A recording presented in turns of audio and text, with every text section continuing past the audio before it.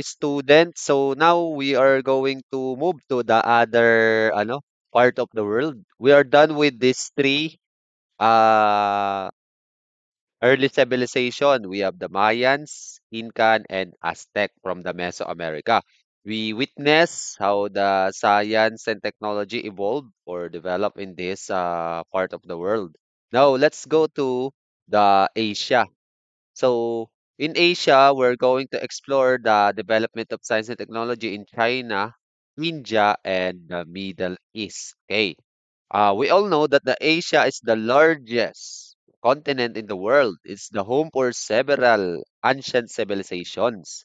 And it is also a home to diverse cultural, economic, scientific, and political activities na meron dito sa Asia. So there are civilizations that also known for a field or in the fields of science and technology here, mathematics. Ang mga example po na ano talaga, mga famous in terms of mathematics like India, and also the China has its own science and the Middle East. So these civilizations are incomparable in terms of contribution to the development of knowledge during their time. Okay, so let's go to India.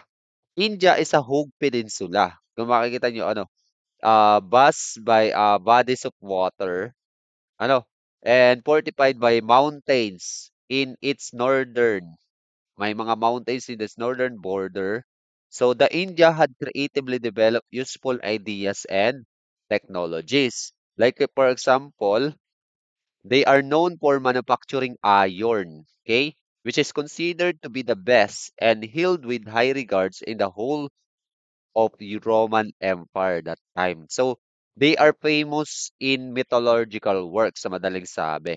So sa kanila nagsimula yung mga ah paggamit ng mga metal in Asia, okay?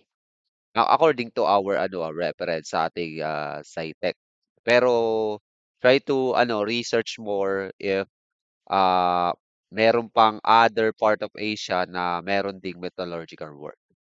So here are the contributions of Indian civilization in terms of medicine.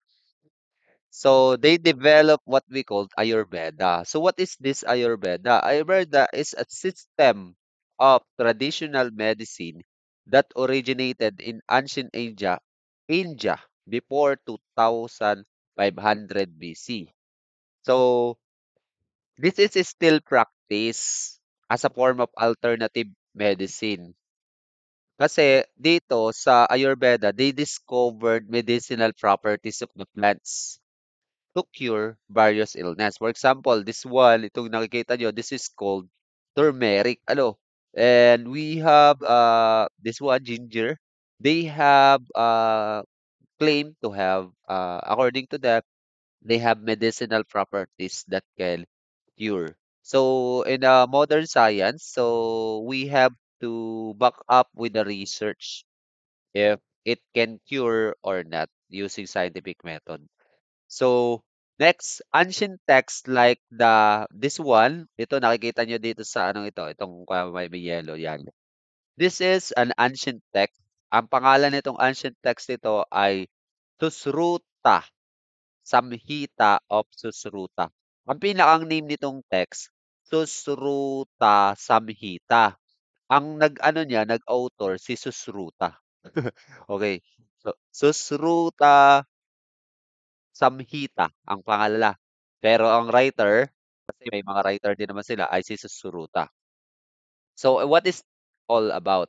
Tungkol saan yan? It is a famous text in ancient India describe different surgical procedure and other medical procedures that are useful in practicing medicine during that period. Okay? So, naglalaman siya ng mga procedures kung paano mag-oopera at saka sa iba pang mga medical SOP nila doon sa time ng ancient India. Okay. Another famous ng India is in astronomy. They developed theories on configuration of the universe the spherical self-supporting Earth. They pioneered this idea na meron tayong spherical self-supporting Earth. And also the year of 360 days. Ano, yung kanilang year meron 360 days na yung 360 days na yun composed of 12 months na pare-parehas na 30 days each. Okay? Then also another remarkable contribution of India in terms of astronomy is this one, Siddhanta Shiromani. Shiromani. So what is this all about?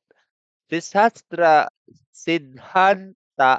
Shiromani discuss, ito po yung nilalaban niya, yung mga mean longitudes of the planets, true longitudes of the planets, the three problems of diurnal rotation, CCGs. We'll say CCGs, this is the alignment of the celestial bodies.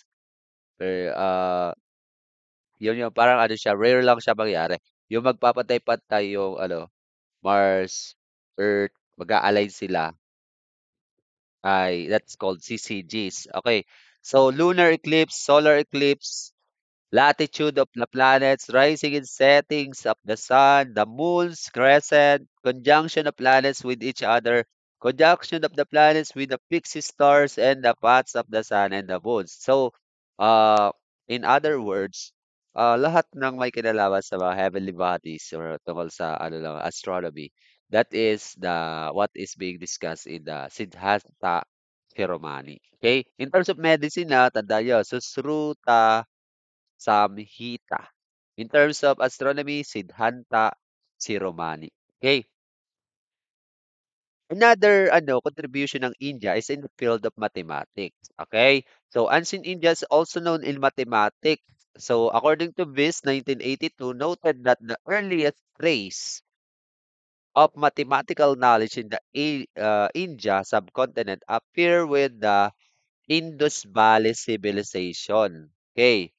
Because kung makikita niyo yung structure ng mga ano sa civilization ng Indus Valley, they are may evidence that they are tried to a standardized measurement kasi tuwid na tuwid yung mga ano na kanilang structure.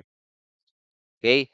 So, measurement of length to a high degree of accuracy and design a ruler. Meron din po silang ruler. Ang tawag sa ruler nila ay Mohenjo-daro ruler. When you say Mohenjo-daro, this is a place kung saan nandun yung ruler. Indus Valley Civilization naman, kung makikita nyo, very precise yung mga measurement na ng mga structure, tuwid. So that's why they believe that ancient Indians is very good in mathematics.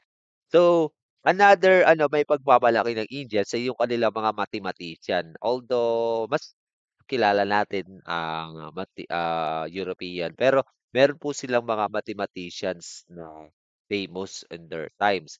We have the Indian astronomer and mathematician Aryabhata, which existed 476 to 550. Uh, in this Aryabhata, AD na yun 476 to 550 AD after Christ. So, in his Aryabhata, introduce a number of trigonometric function. Ang pangalan nung kanyang no, Aryabhata pala pangalan nung mathematician. Then ang pangalan nung kanyang pinangginawang libro, tawag ay Aryabhatiya. Okay? Baka malito kayo. Aryabhati yung libro. Yung gumawa si Aryabhata. Ano laman ng libro? It contains trigonometric functions and trigonometric tables and techniques and algorithms of algebra. Okay, yun po yung laman ng kanyang libro. And that is become the basis of knowledge for the early civilization in India. Okay? In 628 AD, ito mas bago ito kaysa kay Aryabhata. Kasi si Aryabhata 476 to 550, sinaunang mathematician. May bagong silang tayo mathematician, Brahmagupta. Okay, 628 AD. Sabi ni Brahmagupta, he suggested that gravity was a force of attraction. Okay? Gravity was a force of attraction and lucidly explained the use of zero as both placeholder, and a decimal digit. Okay? Along with this wait lang, ayusin ko lang yung ano. Along with this Indo-Arabic numerical system also, and ngayon universally used na siya throughout the world, yung Indo-Arabic, okay? Yan yung mga 1, 2, 3, 4. So, and the other famous in this Indian civilization, another mathematician called Madhaba of Sangamagrama. Madhaba, yun yung pangalan. Tapos Sangamagrama yung lugar. Pero ang papansin ko, wala pang mini-mention na ano sila, apelyido. Parang inilalagay lang kung saan lugar matatagpuan itong Madhaba na 'to. So, Sangamagrama is also considered as a father of mathematical analysis. Okay?